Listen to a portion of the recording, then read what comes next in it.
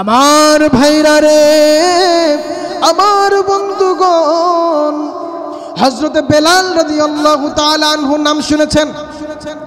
হযরতে বেলাল রাদিয়াল্লাহু তাআলা আনহু যিনি ইসলামের প্রথম মুয়াজ্জিন, সেই বেলাল রাদিয়াল্লাহু তাআলা আনহু শত নির্যাতন নিপীড়নের পরেও তিনি ইসলাম থেকে দূরে সরে যান নাই, ইসলাম থেকে বিচ্যুত হয়ে যান নাই, ইসলাম থেকে বেরিয়ে যান নাই, নির্যাতন নিপীড়ন সহ্য করেছেন। এই বেলাল রাদিয়াল্লাহু তাআলা আনহুর বাবা ছিল একজন কৃতদাস আর তার মা ছিল একজন শাহজাদি। ঘটনায় ফিরতে গেলে আমাদেরকে একটু পিছনে ফিরতে হবে।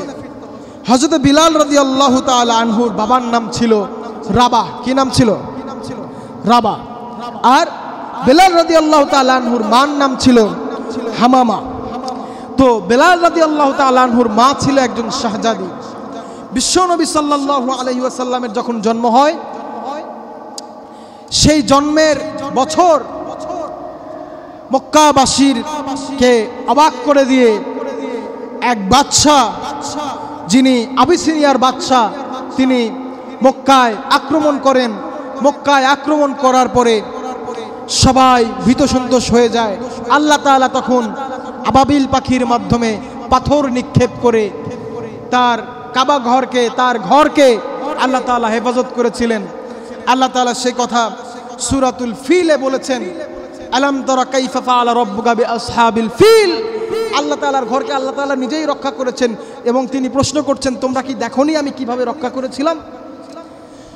সম্মানিত ভাইরা, আমার বন্ধুগণ, এই বেলাল রাদিয়াল্লাহু তাআলা আনহু, তার মা একজন শাহজাদি ছিল, তার বাবা একজন কৃতদাস ছিল। তাদের বিয়ে হয়ে যায়। সেই যুদ্ধে বেলালের মা আটকা পড়ে যায়, বন্দী হিসাবে ধরা পড়ে যায়। ঘটনাক্রমে এক লোকের কাছে তিনি দাসী হিসেবে বিক্রি হয়ে যায়। বিক্রি হবার পরে হযরতে বেলাল রাদিয়াল্লাহু তাআলা আনহুর বাবার সঙ্গে তার বিয়ে হয়ে যায়। বিয়ে হবার পরে তাদের কোল জুড়ে আলোকিত করে তাদের সন্তান দুনিয়ায় চলে আসে। আমার ভাইরা রে, আমার বন্ধুগণ,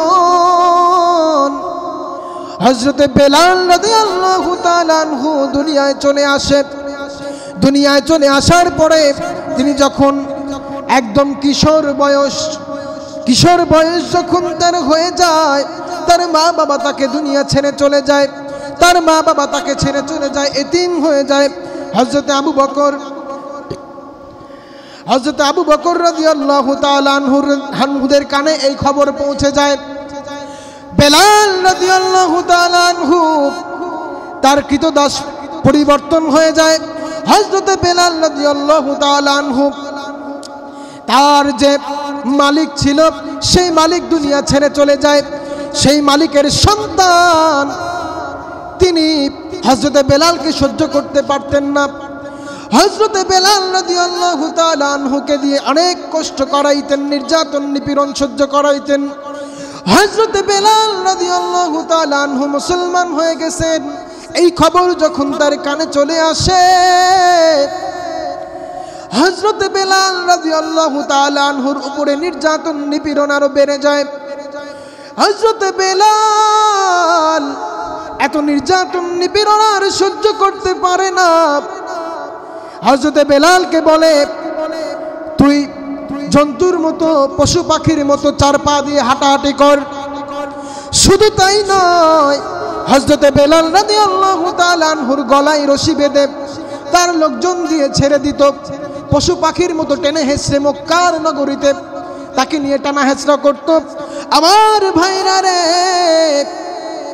একবার হযরতে বেলাল রাদিয়াল্লাহু তাআলা আনহুকে ধরে আনলো। ধরে এনে বলল, তুই যদি ইসলাম ধর্ম ত্যাগ করিস তোকে আমি পুরস্কার দিব, গাড়ি বাড়ি নারী সব তোকে দিয়ে দিব।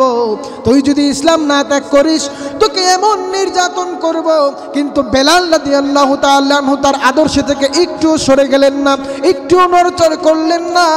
আমার ভাইরা রে, হযরতে বেলাল এবার তাকে মরুভূমির মধ্যে গলম বালুর মধ্যে তাকে শোয়া দিল।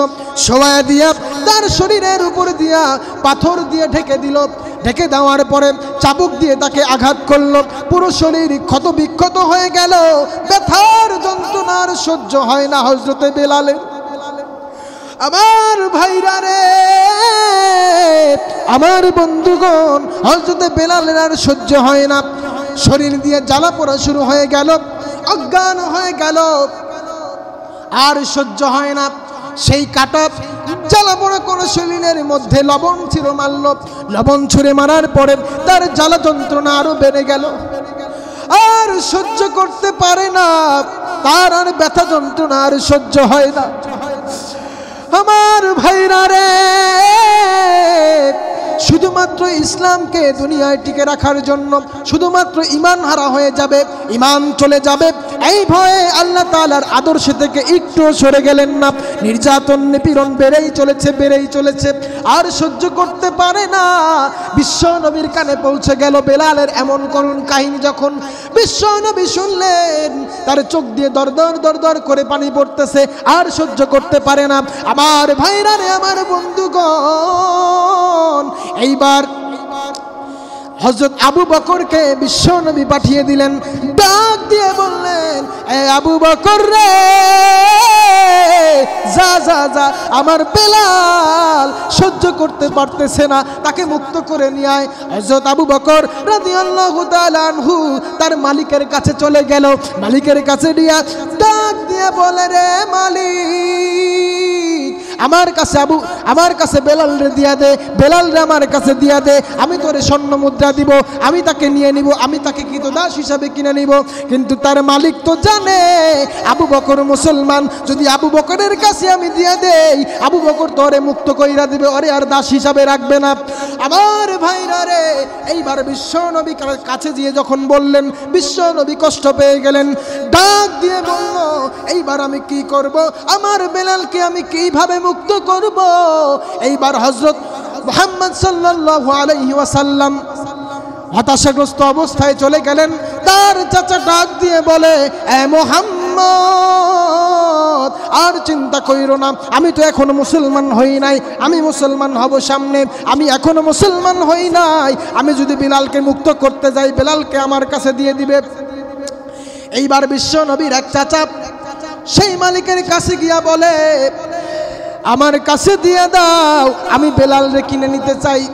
সে তো জানতো সে মুসলমান না, বেলালকে ছাড়িয়ে নিল, ছাড়িয়ে নেওয়ার পরে তাকে মুক্ত করে দিল। আল্লাহু আকবার।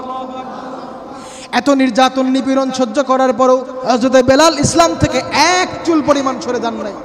এত নির্যাতন নিপীড়ন তাকে করা হয়েছে, এত নির্যাতন নিপীড়ন সহ্য করার পরেও হযরত বেলাল রাদিয়াল্লাহু তাআলা আনহু ইসলাম থেকে এক মুহূর্তের জন্য সরে যান নাই। তার ঈমান হারা হন নাই, এক মুহূর্তের জন্য তিনি ঈমান হারা হন নাই। শুধু তাই নয়, বিশ্বনবী হযরত মুহাম্মদ রাসূলুল্লাহ সাল্লাল্লাহু আলাইহি ওয়াসাল্লাম যখন আজানের প্রচলন শুরু হলো, বিশ্বনবী হযরত বেলাল রাদিয়াল্লাহু তাআলা আনহুকে ডাক দিয়ে বললেন যে, বেলাল, তুমি আজান দিবে।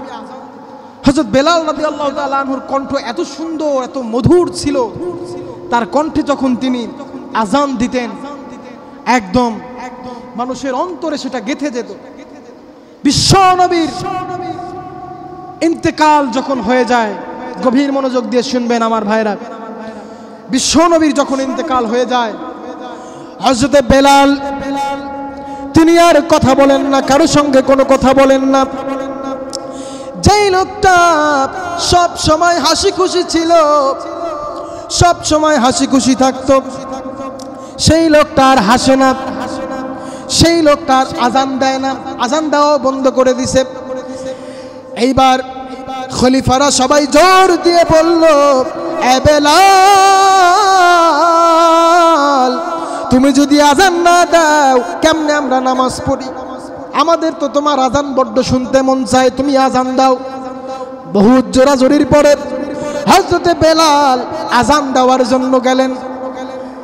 যখনই আশহাদু আন্না মুহাম্মাদুর রাসূলুল্লাহ যখন বলবে, মুহাম্মদ সাল্লাল্লাহু আলাইহি ওয়াসাল্লামের নাম যখন নিবে, উনি আর নামটা নিতে পারেন না।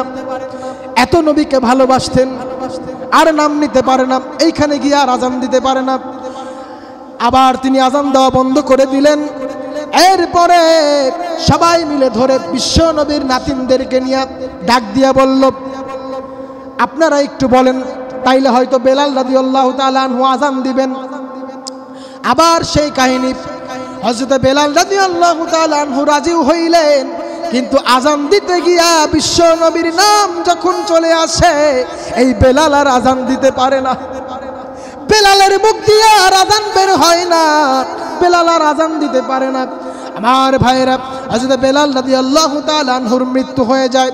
মৃত্যুর আগ পর্যন্ত সে কোনোদিন আর আজান দিতে পারেন নাই।